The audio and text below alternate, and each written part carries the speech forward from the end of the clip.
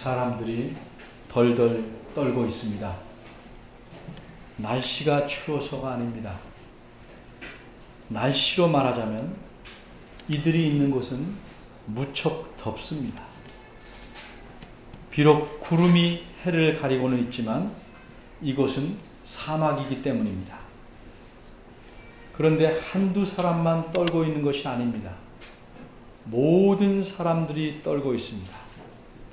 수백만 명의 사람들이 두려움에 떨고 있습니다.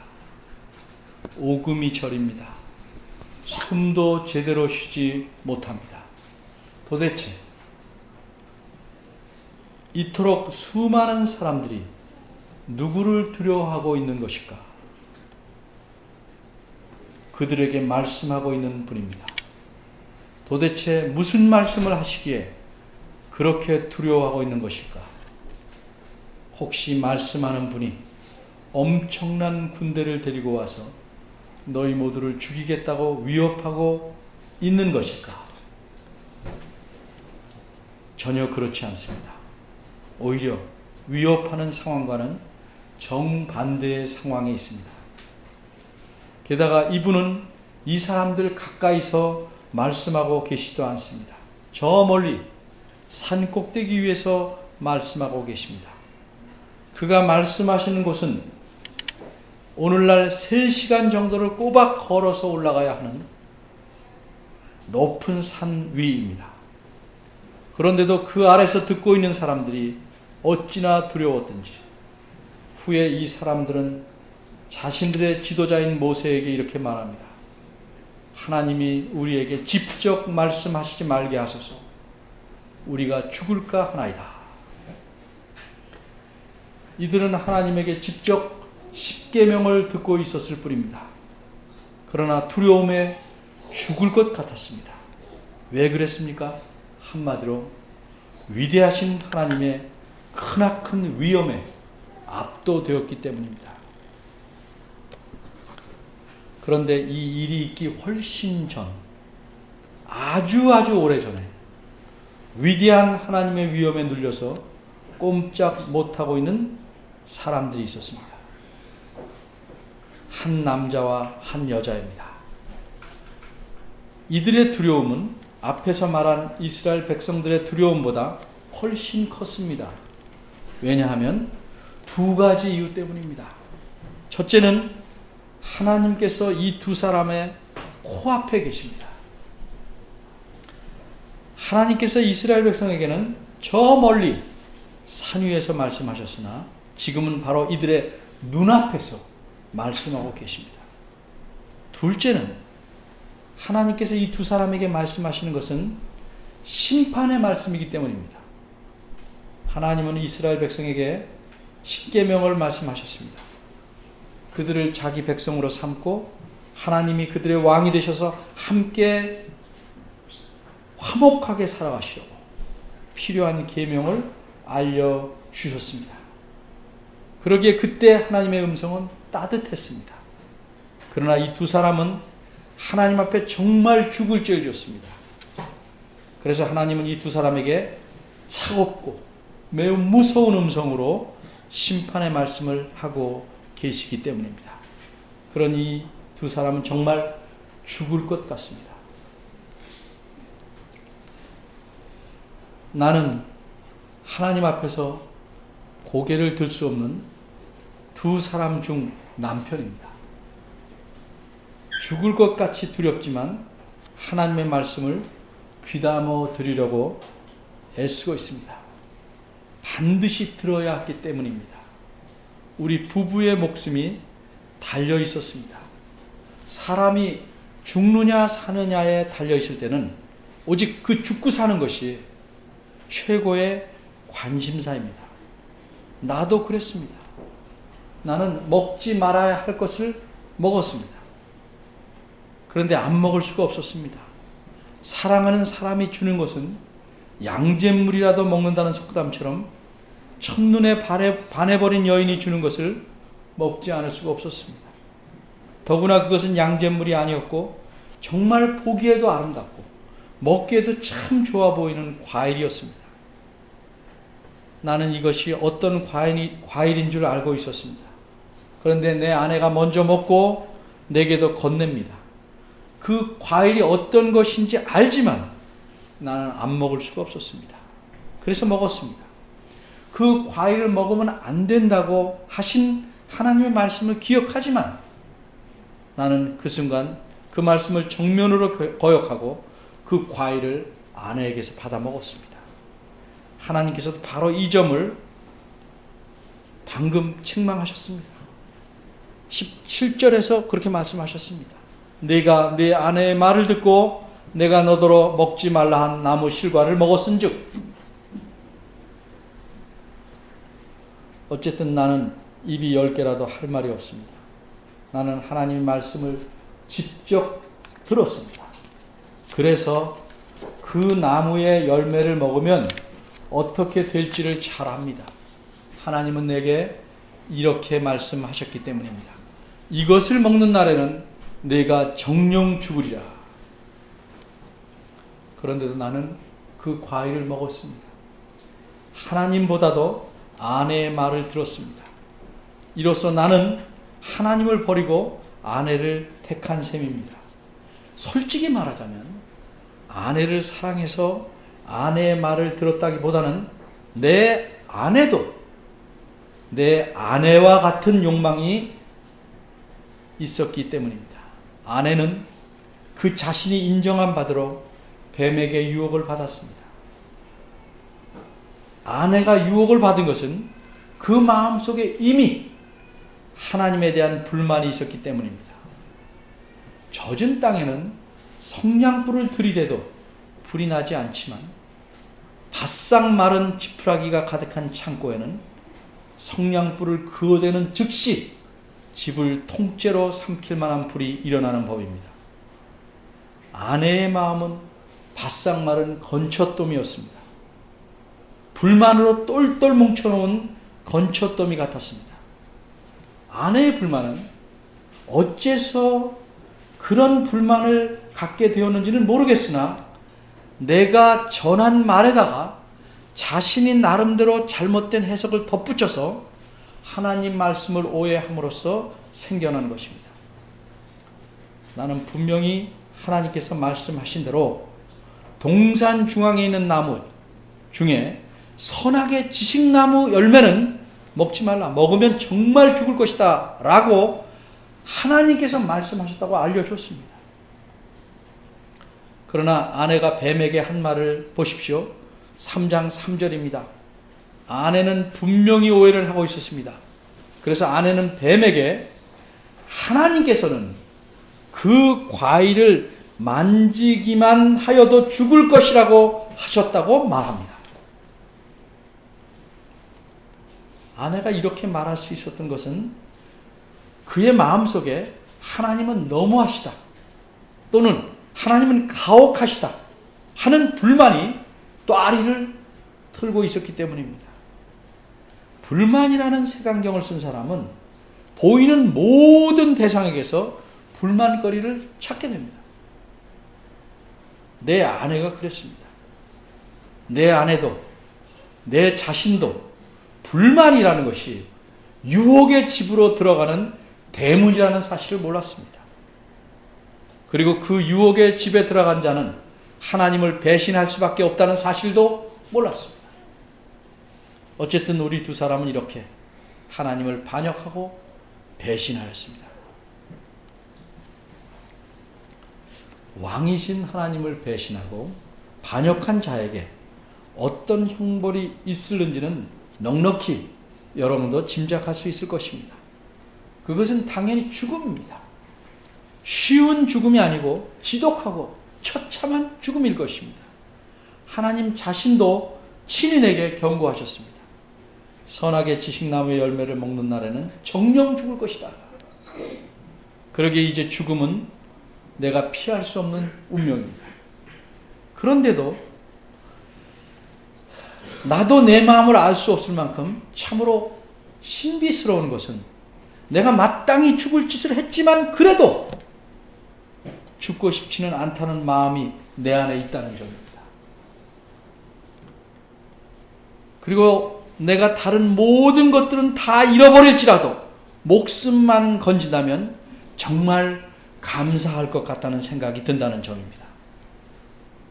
그러기에 나는 혹시나 하고 귀를 기울여서 심판의 말씀을 듣고 있습니다. 칠흑같이 깜깜한 밤에 길을 걸으면 방향은 물론이고 내가 가는 길조차 알 수가 없습니다. 하지만 저 멀리 불빛이 보이면 가는 방향을 알 수 있고 마음의 두려움이 사라지기 시작하듯이 하나님의 입에서 나오는 심판의 말씀을 듣다가 나는 희망의 불빛을 발견했습니다. 나뿐만 아니라 우리가 당장 죽지 않으리라는 희망입니다. 15절 말씀에서 하나님은 여자의 후손을 언급하십니다. 여기서 여자는 그저 아무 여자를 말하는 것이 아니고 틀림없이 내 아내를 가리키는 겁니다. 내 아내가 후손을 갖게 되리라는 것은 결국 아내와 내가 당장 죽지 않는다는 뜻입니다. 게다가 아마도 먼 훗날 여자의 후손 중 어떤 후손이 뱀의 머리를 상하게 할 것이라고 말씀하시니 이것은 우리의 자식을 또 낳고 또 낳아 후손이 계속된다는 의미가 분명했습니다. 이 두려운 상황에서 내가 하나님의 말씀에 담긴 깊은 의미는 충분히 몰랐다고 할지라도 분명히 알 수 있는 것은 하나님께서 우리를 당장 죽이시지는 않을 것이라는 사실입니다. 여러분은 죽음에 이르러 보셨습니까?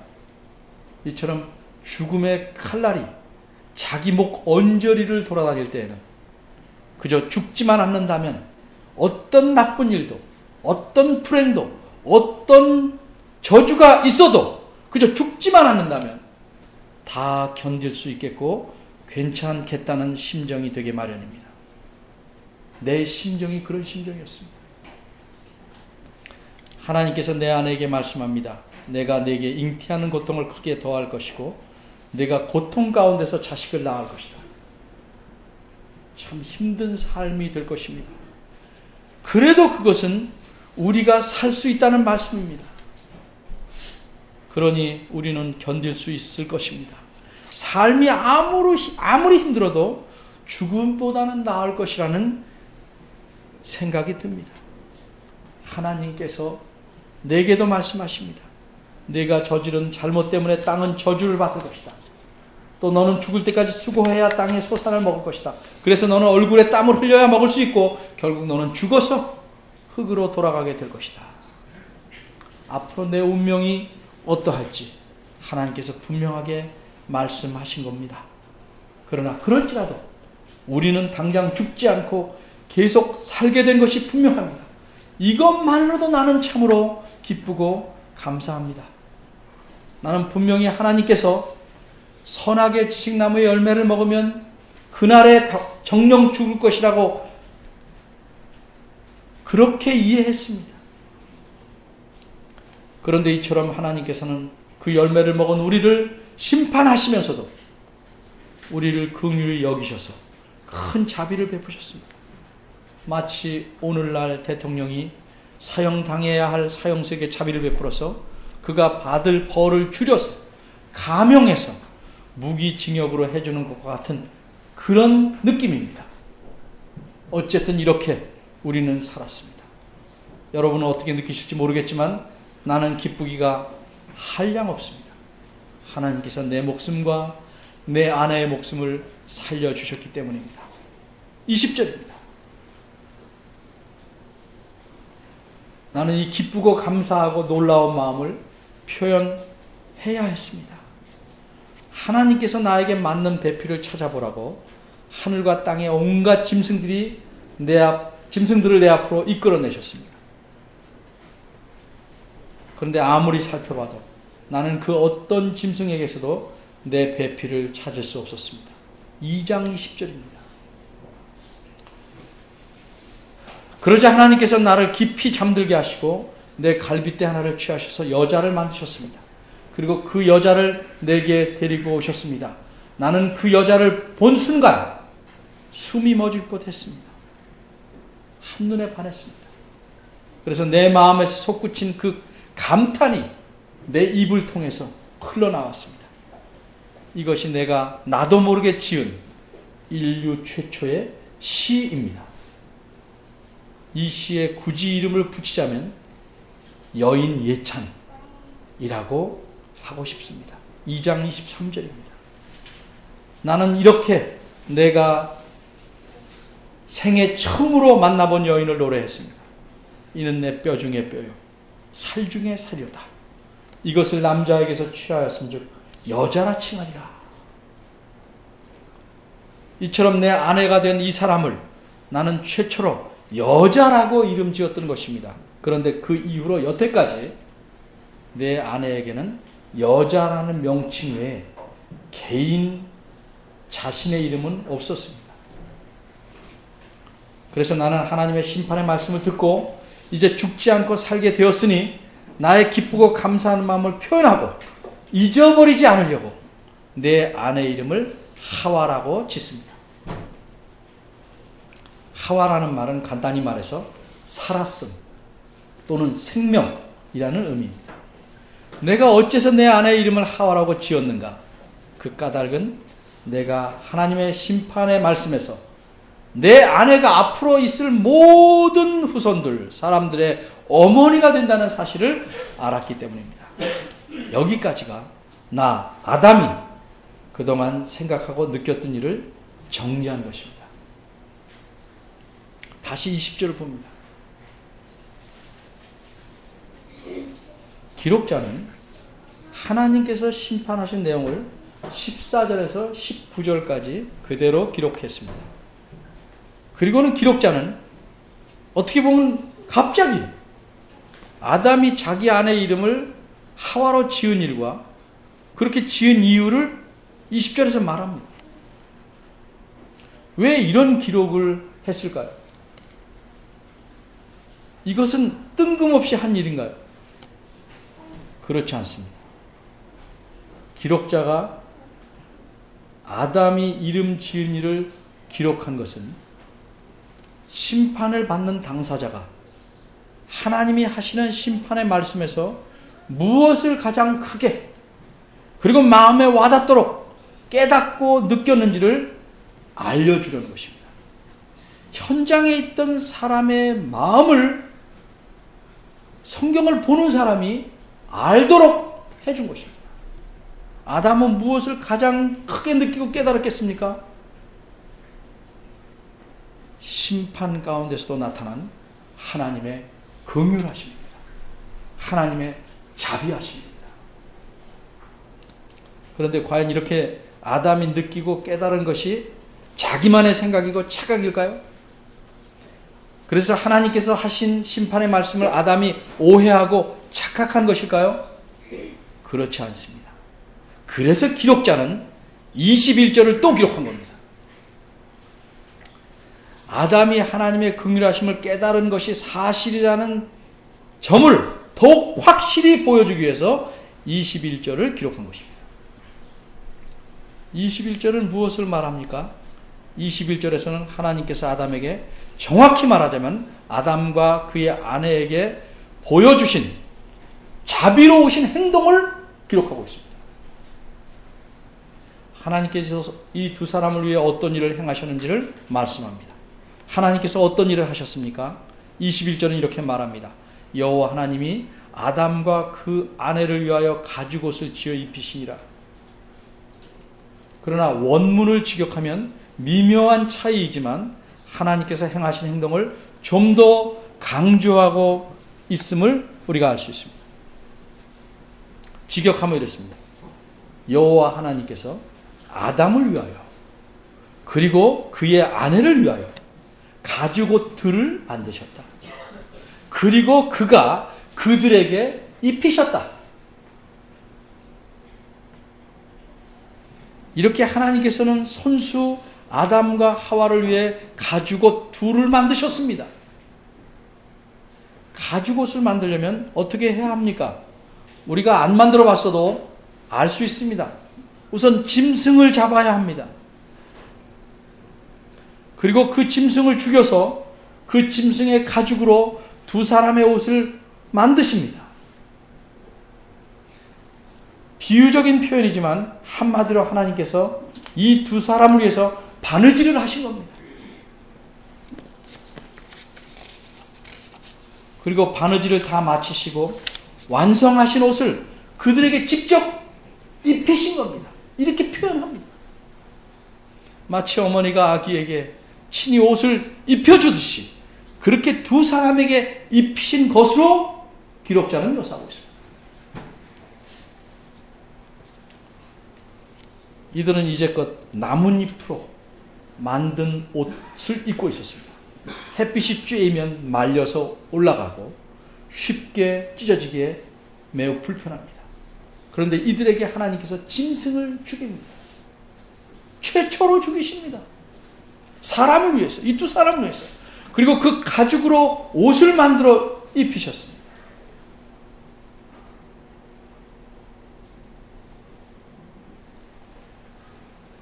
하나님을 반역하고 배신한 자들에게 벌거 벗겨서 내쫓는다 한들 이 두 사람은 하나님을 원망하거나 탓할 수가 없습니다. 그런데 하나님께서는 짐승의 생명을 끊어서 오히려 이들에게 평생 처음 입어보는 옷, 실용적이고 따뜻한 옷을 손수 바느질해서 입혀주셨습니다.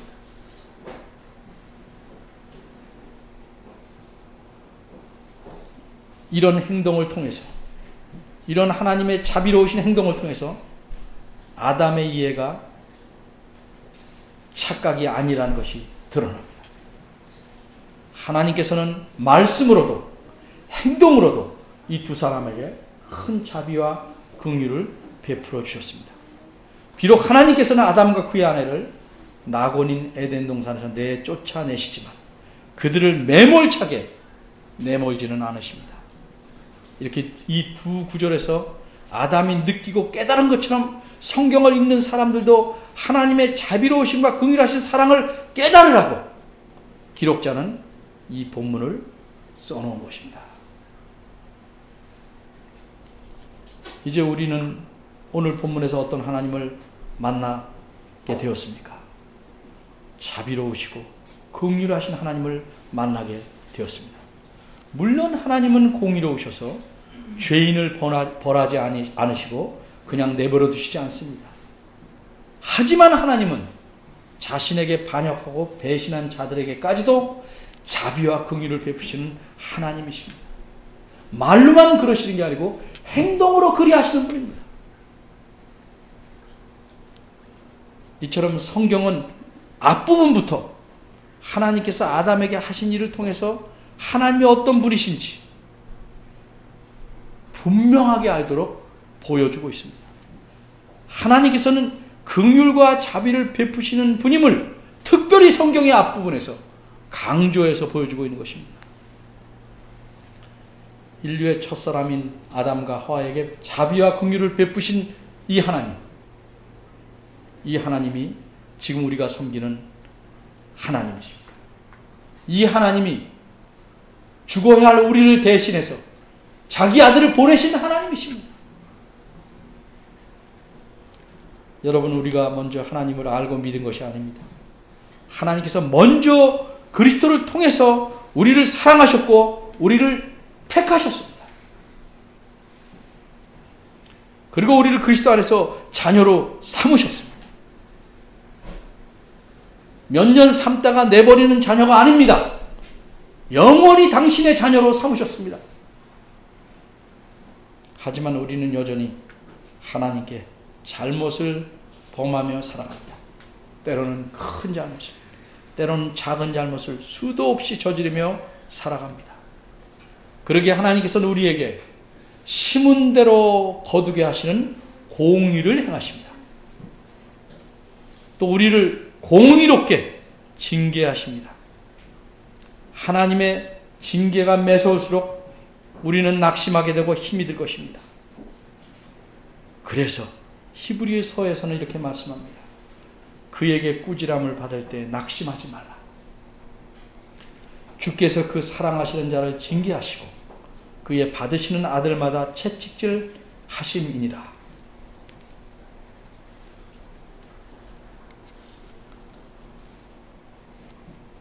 하나님이 아들과 같이 너희를 대우하시나니 어찌 아비가 징계하지 않는 아들이 있으리요.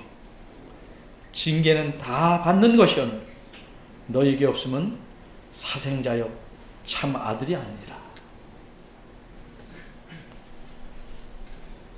그러나 여러분 잊지 마십시오. 하나님께서 우리를 심하게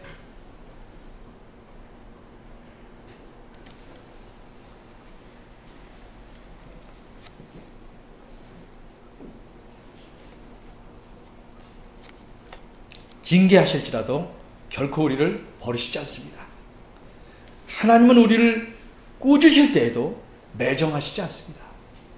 가혹하시지도 않습니다. 오히려 우리에게 큰 자비와 긍휼을 베푸십니다. 이런 하나님이 우리의 삶을 붙잡아 주시고 돌봐 주시는 겁니다. 그러기에 우리가 살아갈 만한 겁니다. 이 땅에서 살만한 것입니다. 우리가 이러한 하나님을 알고 배워 갈진데 우리는 어떻게 살아가야 합니까?